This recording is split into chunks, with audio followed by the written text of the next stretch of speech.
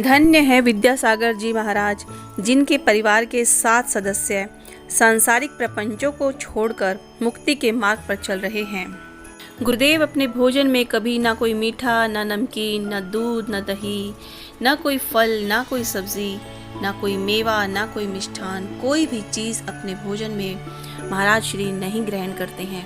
प्रश्न ये उठता है कि गुरुदेव खाते क्या हैं? बचपन में जहाँ गुरुदेव दूध की मिठाई के दीवाने हुआ करते थे, अब दीक्षा उपरांत 24 घंटे में केवल एक बार खाते हैं। और खाते भी क्या हैं? ऐसा भोजन जिसमें कोई नमक नहीं, कोई चीनी नहीं, कोई मिर्च नहीं, कोई मसाले नहीं, जी हाँ, कोई तेल भी नहीं और घी का छोंक भी नहीं। बिल्कुल सादा और फीका भोजन खाते हैं गुरुदेव। दोनों हाथों की अंजुलियों को ही कटोरी की तरह बनाकर, चम्मच की तरह बनाकर उसी अंजुलि में खाते हैं गुरुदेव। गुरुदेव युग वेत्ता हैं, युग प्रवर्तक, आत्मचिंतक, अनासक्त, आत्म अनुशासक, सकारात्मक, विचार विधायक, ऐसे कालजयी साधक संत शिरोमणि आचार्य श्री विद्यासागर जी महाराज केवल एक ही घर या कहिए एक ही रसोई में जाते हैं। ऐसी बात नहीं है कि गुरुदेव शुरू से ही ऐसे थे, बिल्कुल नहीं।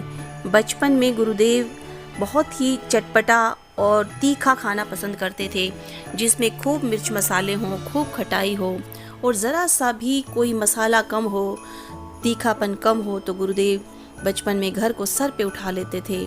और दीक्षा उपरांत से ही गुरुदेव 24 घंटे में केवल एक बार भोजन करते हैं, वो भी सादा और फीका और मौन रहकर, बिल्कुल एक शब्द भी नहीं बोलते हैं भोजन करते समय। ये तो ऐसे गुरुदेव हैं जिनको आहार करते हुए देखना ही इतने बड़े सौभाग्य की बात है। तो सोचिए, आहार दाता का तो सौभाग्य कितना ही महान होता है। और सबको कहाँ सौभाग्य मिलता है गुरुदेव को भोजन करवाने का। आहार दाता नित्य देव दर्शन का नियम पालन करने वाला हो, रात्रि भोजन का त्यागी हो, सच्चे गुरु, सच्चे धर्म, सच्चे शास्त्र को मानने वाला हो। और गुरुदेव की परिक्रमा करते समय इस बात का खास तौर से ध्यान रखा जाता है कि गुरुदेव की परछाई पर भी पैर न पड़े। और 7 व्यसनों का त्यागी हो और आय का स्रोत हिंसात्मक ना हो। अंजुलि में भोजन कम आए, ज़्यादा आए, स्वाद कैसा ही हो, गुरुदेव कोई इशारा नहीं करते, कोई संकेत नहीं, कोई इच्छा, कोई लालसा नहीं।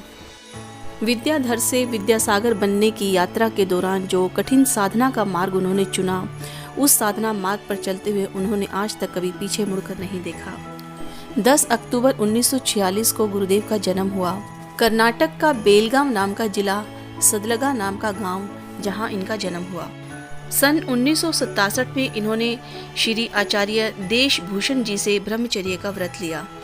22 साल की उम्र में 30 जून 1968 को आचार्य श्री ज्ञान सागर जी महाराज से इन्होंने मुनि दीक्षा ग्रहण की और गुरुवर ने ही इनको 22 नवंबर 1972 को अजमेर में ही आचार्य की उपाधि से नवाजा। आचार्य की उपाधि देकर मुनि विद्यासागर से आचार्य विद्यासागर बना दिया।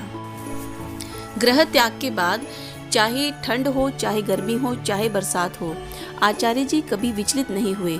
इनके इसी तपोबल, संयम और त्याग के कारण सारी दुनिया इनके चरणों में नतमस्तक है। आचार्य की उपाधि मिलने के बाद गुरुदेव ने पूरे देश में पद यात्रा की और पूरी दुनिया को अहिंसा और समता का संदेश दिया और लोगों को धर्म का सही अर्थ सिखाया।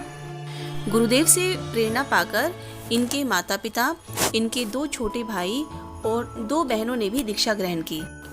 दुनिया के सभी बड़े बड़े नेता गुरुदेव के चरणों में झुके रहते हैं। गुरुदेव की इंदौर की यात्रा के दौरान तत्कालीन प्रधानमंत्री अटल बिहारी वाजपेयी जी ने भी उनसे मुलाकात की थी। वर्षा ऋतु के 4 महीनों को छोड़कर, जिसे चातुर्मास कहा जाता है, गुरुदेव कभी भी एक स्थान पर ज्यादा दिनों तक नहीं रुकते और पहले से कभी भी घोषणा नहीं करते कि अगले स्थान पर वो कहाँ पर होंगे। दिन में गुरुदेव कभी 1 मिनट के लिए भी नहीं लेटकर आराम करते। रात को 3 या 3.5 घंटे की नींद लेते हैं और वो भी केवल एक ही करवट। और जब भी ध्यान साधना करते हैं तो खड़े होकर ही ध्यान करते हैं।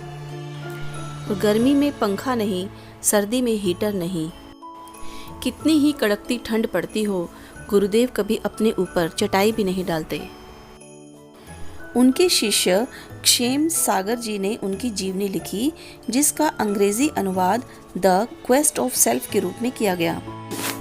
ऐसे त्यागी संयमी महान आचार्य संत को हम सबका कोटि कोटि वंदन। जय गुरुदेव, नमोस्तु।